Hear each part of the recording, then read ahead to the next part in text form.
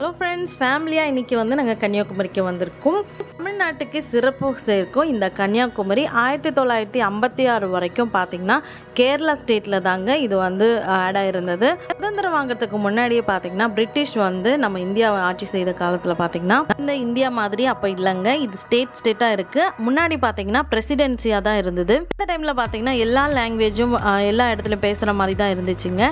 இப்போ பார்த்திங்கன்னா ஒரு ஸ்டேட்டுக்கு ஒரு லாங்குவேஜ் மாதிரி பிரிச்சுட்டாங்க. தமிழ்நாட்டுக்கும் கேரளாவுக்கும் ஒரு வழியாக போராட்டம் நடந்து கன்னியாகுமரி தமிழ்நாடோட டிஸ்ட்ரிக்டாக மாறிச்சுங்க. கன்னியாகுமரி தமிழ்நாடோட ஆட் ஆன பிறகு இது பொன்விளையம் பூமின்றதால கேரளாக்கு இது பெரிய லாஸாக இருந்துச்சு. பார்த்தீங்கன்னா பீச் சென்ட்ரலில் அந்த பாறையால் சூழ்ந்துருக்குங்க. அதுக்கு மேலே தான் இந்த விவேகானந்தரோட நினைவு மண்டபத்தை கட்டி வச்சுருக்காங்க. சுற்றி பீச் இருக்கிறதால ஹெவியாக காற்று அப்படியே வந்துட்டுருக்கு. நீங்கள் பார்த்தீங்கன்னா தெரியும்.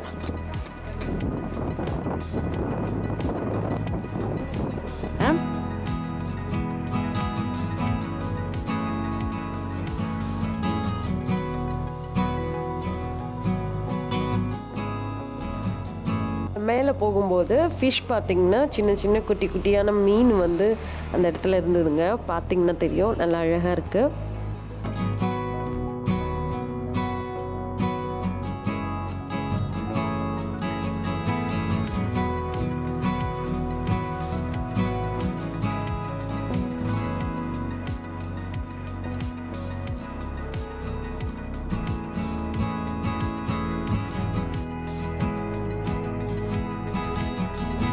இப்போ மேலே போகிறதுக்கு முன்னாடி நம்ம செப்பல் அலௌடு இல்லையாங்க.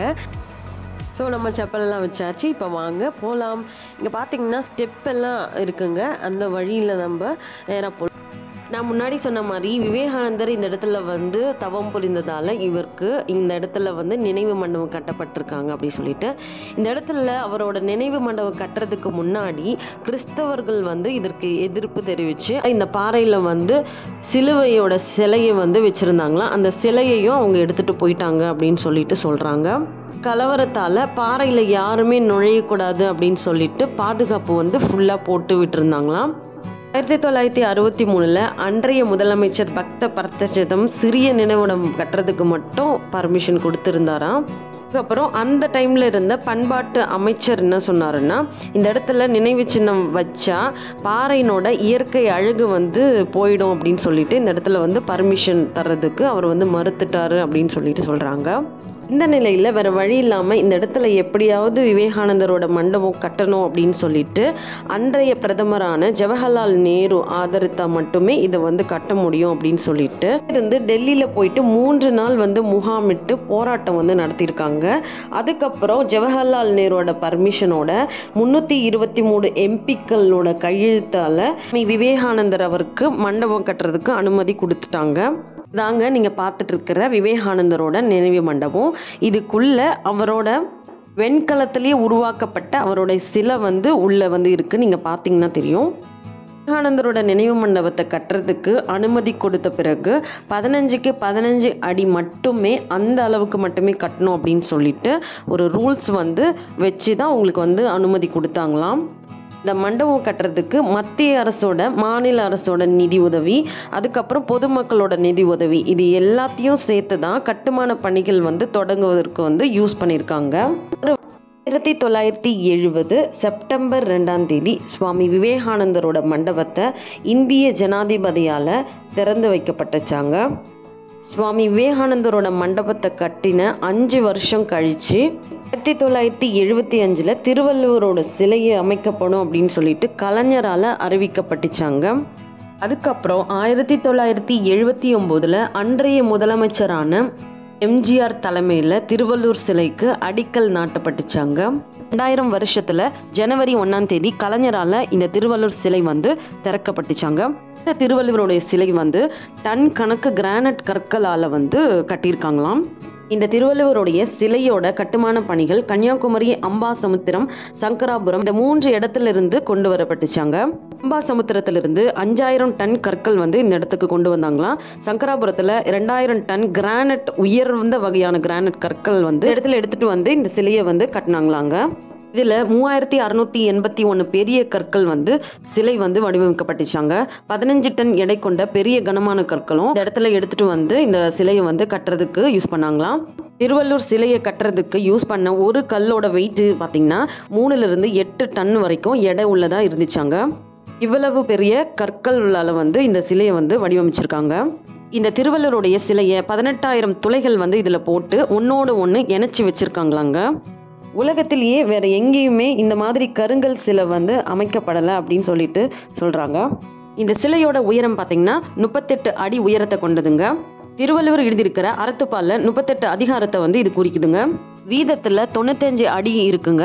அது எதை குறிக்கிறதுனா பொருட்பால் இன்பத்துப்பால் 95 அதிகாரத்தை குறிக்குதுங்க.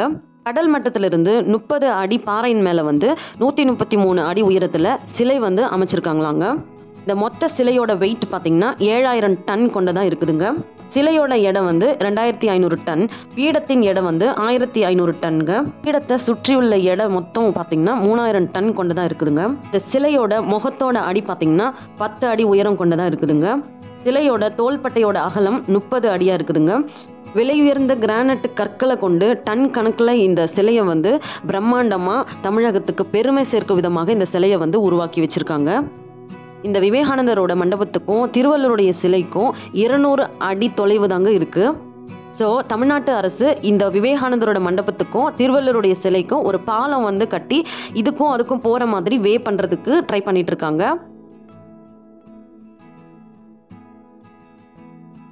சுவாமி விவேகானந்தரோட மண்டபத்தை நம்ம ஃபுல்லாக வந்து சுற்றி பார்த்தாச்சு.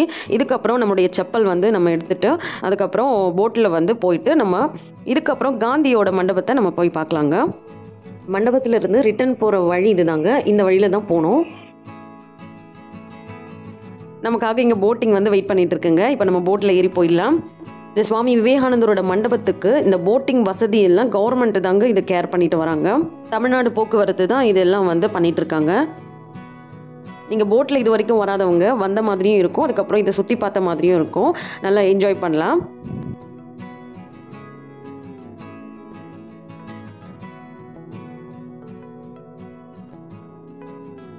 இப்போ நம்ம போட்டிங் போயிட்டு வந்துட்டோங்க. கன்னியாகுமரி பீச்சில் நிறைய கடைகள் வந்து ஷாப்பிங் இந்த மாதிரி நிறைய இருக்குது. அதை பார்க்கறதுக்கு வந்து நம்ம ஆளுங்க வந்து கடையில் எல்லாம் பூந்துட்டாங்க. ஸோ இப்போ அந்த கடையெல்லாம் பார்த்துட்டு அதுக்கப்புறம் நம்ம வந்து காந்தி மண்டபத்துக்கு போயிடலாம். இந்த இடம் பாருங்க. இந்த இடத்துல 3 கடல் வந்து ஒன்றா சேருது. முக்கடல் இருக்கிறதால இந்த இடத்துல வந்து நிறைய பேர் குளிக்கிறாங்க. இந்த முக்கடல் சேர்றதால இந்த கன்னியாகுமரிக்கு இது ஒரு சிறப்பாக இருக்குது. அதுக்கப்புறம் நம்ம சின்ன வயசுல எல்லாரும் சாப்பிட்ருப்போம் இந்த ரவுண்டு மாதிரி அப்பளம் பாருங்கள். அதுக்கப்புறம் கடல்ல இருந்து சங்கு சிப்பி இதெல்லாம் எடுத்து வீட்டில் வந்து நம்ம தொங்க விடுறதுக்கு அழகுக்காக இதெல்லாம் அந்த வேலைப்பாடுகள்லாம் செஞ்சு இந்த இடத்துல இந்த கடையில் வந்து விற்கிறாங்க. நீங்கள் பார்த்தீங்கன்னா தெரியும், ரொம்ப அழகாக இருக்குல்ல.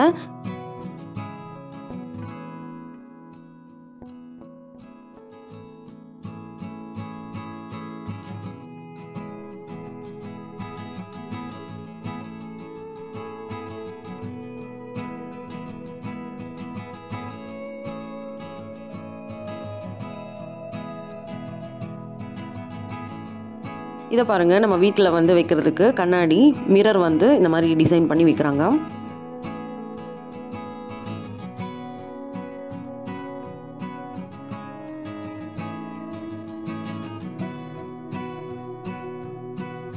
அதுக்கப்புறம் உங்களுக்கு பசிச்சுன்னா சாப்பிட்றதுக்கு ரெஸ்டாரண்ட்டு காஃபி ஷாப் கூட நிறைய இருக்குங்க. இப்போ நம்ம காந்தியோட மண்டபத்துக்கு வந்துட்டோங்க. இதுதான் காந்தி மண்டபத்தோட என்ட்ரன்ஸு. கன்னியாகுமரியில் காந்தி மண்டபம் எப்படி வந்து உருவாகுச்சு அப்படின்னு கேட்டிங்கன்னா, நம்முடைய தேச தலைவரான காந்தியடிகளோட அஸ்தி 1948ஆம் ஆண்டு இந்த கன்னியாகுமரி கடற்கரையில் தான் காந்தியடிகளோட அஸ்தி வந்து கரைக்கப்பட்டுச்சாங்க. இந்த அஸ்தியை கரைக்கிறதுக்கு முன்னாடி அஞ்சலிக்காக இந்த அஸ்தி கலசம் வந்து இந்த இடத்துல தான் வச்சுருந்தாங்களாம். 8 வருடங்களுக்கு பிறகு 1956ஆம் ஆண்டு நினைவு மண்டபம் இந்த இடத்துல காந்தியடிகளுக்கு கட்டப்பட்டதுங்க. இந்த மண்டபத்துக்கு உள்பகுதியில் காந்தியடிகளோட வாழ்க்கை வரலாறும் அவருடைய வாழ்க்கையில் எடுத்த எல்லா புகைப்படங்களும் இந்த மண்டபத்தில் வச்சிருக்காங்க. அதுக்கப்புறம் அவர் சந்தித்த தலைவர்கள், அவர் சுதந்திரத்துக்காக போராடின எல்லா விவரங்கள் புகைப்படத்தோட இந்த இடத்துல வச்சிருக்காங்க. இப்போ நீங்கள் பார்த்துட்டு இருக்கிற இந்த புகைப்படம் காந்தியடிகளோட 7 வயசில் எடுத்த ஒரு புகைப்படங்க. இந்த புகைப்படம் காந்தியடிகளோட இளமை பருவத்தில் எடுத்த புகைப்படம். இப்போ நீங்கள் பார்த்துட்டு இருக்கிற இந்த புகைப்படம் காந்தியடிகளோட பெற்றோருடைய புகைப்படம். இந்த புகைப்படம் காந்தியடிகளோட சகோதரரும் அவருடைய மனைவி குழந்தைகளோட எடுத்த ஒரு புகைப்படங்க. இந்த புகைப்படம் காந்தியுடைய மனைவியும் காந்தியும் சேர்ந்து இருக்கிற மாதிரி எடுத்த ஒரு புகைப்படங்க. இந்த மண்டபத்தில் ஒவ்வொரு வருஷமும் அக்டோபர் 2ஆம் தேதி காந்தியடிகளுடைய பிறந்த நாள் அன்னைக்கு அரசாங்கமும் பொதுமக்களும் சேர்ந்து காந்தியடிகளுக்கு மலரஞ்சலி செலுத்திட்டு வராங்க. இந்த காந்தியடிகளோட மண்டபத்தை ரொம்பவே அமைதியாக பாதுகாத்துட்டு வராங்க. மண்டபத்தை பார்க்க வர சுற்றுலா பயணிகளிடத்தும் உள்ளே போகும்போது அமைதியாக இருக்கணும் அப்படின்னு சொல்லி தான் உள்ள அனுமதி பண்ணுறாங்க.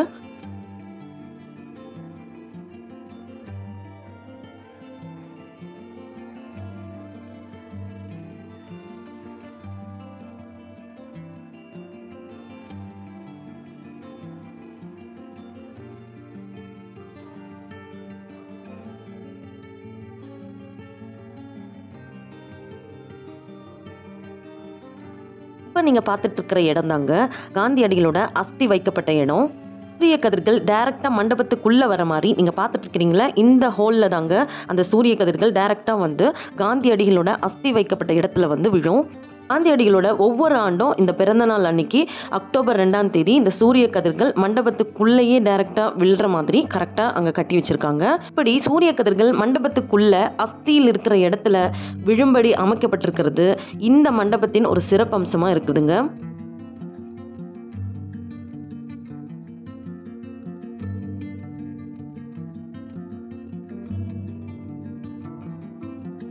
இப்போ நீங்கள் பார்த்துட்டு இருக்கிற இந்த புகைப்படம் காந்தியோட மரணத்தோட புகைப்படங்க. காந்தியோட இறந்த உடலையும் அவரோட அஸ்தியையும் இந்த ஒரு புகைப்படத்தில் நீங்கள் பார்க்கலாங்க. இந்த புகைப்படத்தில் காந்தியடிகள் வாழ்ந்த வீடும் அவர் உபயோகித்த பொருட்களும் நீங்கள் பார்க்கலாங்க. இப்போ நம்ம காமராஜரோட மண்டபத்தில் இருக்கோங்க. பெருந்தலைவர் காமராஜரோட மண்டபத்தை 2000 வருடத்தில் கலைஞரால் திறக்க வைக்கப்பட்டுச்சாங்க. நம்ம எல்லாரும் ஸ்கூல் படிக்கும்போது காமராஜருடைய கட்டுரை, அவருடைய வாழ்க்கை வரலாறெல்லாம் படிச்சிருப்போங்க. இவரை படிக்காத மேதை, மாமனிதர், கல்விக்கண் திறந்த வள்ளல் அப்படின்னு சொல்லிட்டு இவரை அழைப்பாங்க. காமராஜர் ஐயா ஒரு சிறந்த தலைவர் அப்படின்னு சொல்லலாங்க. இந்த மாதிரி ஒரு நேர்மையான தலைவன் நம் நாட்டில் இந்த காலகட்டத்தில் இருந்தால் நம்முடைய நாடு ரொம்பவே வளர்ச்சி அடையும் அப்படின்னு சொல்லிட்டு நான் நினைக்கிறேன். ஏழைகளுக்கு படிக்கும் வாய்ப்பை உருவாக்கி தந்தவர் நம்முடைய காமராஜர் தலைவர். பல பள்ளிக்கூடங்களை கட்டி பள்ளிக்கூடத்தில் மதிய உணவை கொண்டு வந்தவர். ஆங்கிலம் தெரியாமல் ஒரு மாநிலத்துக்கு முதலமைச்சராக எப்படி இவரால் இருந்திருக்க முடியும் அப்படின்னு சொல்லிட்டு நீங்கள் யோசிச்சு பாருங்க. அதனால தான் இவரை வந்து படிக்காத மேதை அப்படின்னு சொல்லிட்டு சொல்லுவாங்க. முதலமைச்சராக இருந்தபோது ஊழல் லஞ்சத்துக்கு இடம் கொடுக்காம நேர்மையாக நல்லாட்சி செய்தவர். தன் சொந்த தாயார் வறுமையில் இருந்த போதும் கூட அவருக்காக அரசியலில் எந்த ஒரு ஏமாற்றமும் அவர் வந்து செய்யலை அப்படின்னு சொல்லிட்டு அவ்வளோ நேர்மையாக தான் அந்த அரசியலில் இருந்தார் அப்படின்னு சொல்கிறாங்க. அது மட்டும் இல்லைங்க, அவருடைய ஆட்சியில் அவரை எதிர்த்தவங்களை அரவணைச்சி அன்பாக அவர்களை சேர்த்து கொண்டவர் தான் இவர். இப்படிப்பட்ட தலைவர்களும் நம்முடைய நாட்டில் இருந்தாங்க அப்படின்னு சொல்லிட்டு இவங்களுடைய வரலாறு சொல்லுது. கன்னியாகுமரிக்கு டூர் வர்றதுக்கு விரும்புகிறவங்க மார்னிங்கே உங்களுடைய ஜேர்னியை ஸ்டார்ட் பண்ணிவிட்டு மார்னிங்கே வந்துடுங்க. ஈவினிங் வரைக்கும் நீங்கள் இந்த ஃபுல்லாக வந்து சுற்றி பார்க்கலாம். கன்னியாகுமரி சுற்றி இருக்கிற எல்லா மண்டபத்தையும் நீங்கள் சுற்றி பார்க்கணுன்னா ஒரு நாள் ஃபுல் வந்து உங்களுக்கு ஸ்பெண்ட் பண்ணால் தான் முடியுங்க.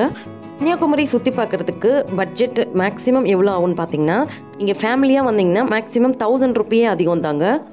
நீங்கள் வர்றதுக்கு எக்ஸ்பென்ஸும் உங்களுக்கு ஃபுட்டும், அதுக்கப்புறம் போட்டிங் போகிறதுக்கு சார்ஜ் ஆகும், அதுக்கப்புறம் மண்டபத்தில் நீங்கள் ஏறும்போது ஒரு சார்ஜ் ஆகும். ஏதாச்சும் நீங்கள் ஷாப்பிங் பண்ணுறீங்கன்னா அதுக்கேற்ற மாதிரி எக்ஸ்பென்ஸ் ஆகும். அவ்வளோதாங்க. இதுக்கேற்ற மாதிரி நீங்கள் பட்ஜெட் போட்டு நீங்கள் வரலாம். இந்த வீடியோவில் ஓரளவு கன்னியாகுமரி பற்றி எல்லாமே நான் சொல்லியிருப்பேன்னு நினைக்கிறேங்க. இந்த வீடியோ வந்து உங்களுக்கு ரொம்பவே பிடிச்சிருக்கோம் நான் நம்புகிறேன். இதே மாதிரி வேறு வீடியோவில் பார்க்கலாம். வீடியோ பிடிச்சிருந்தா லைக், சப்ஸ்கிரைப் கொடுத்துருங்க. Okay, thank you.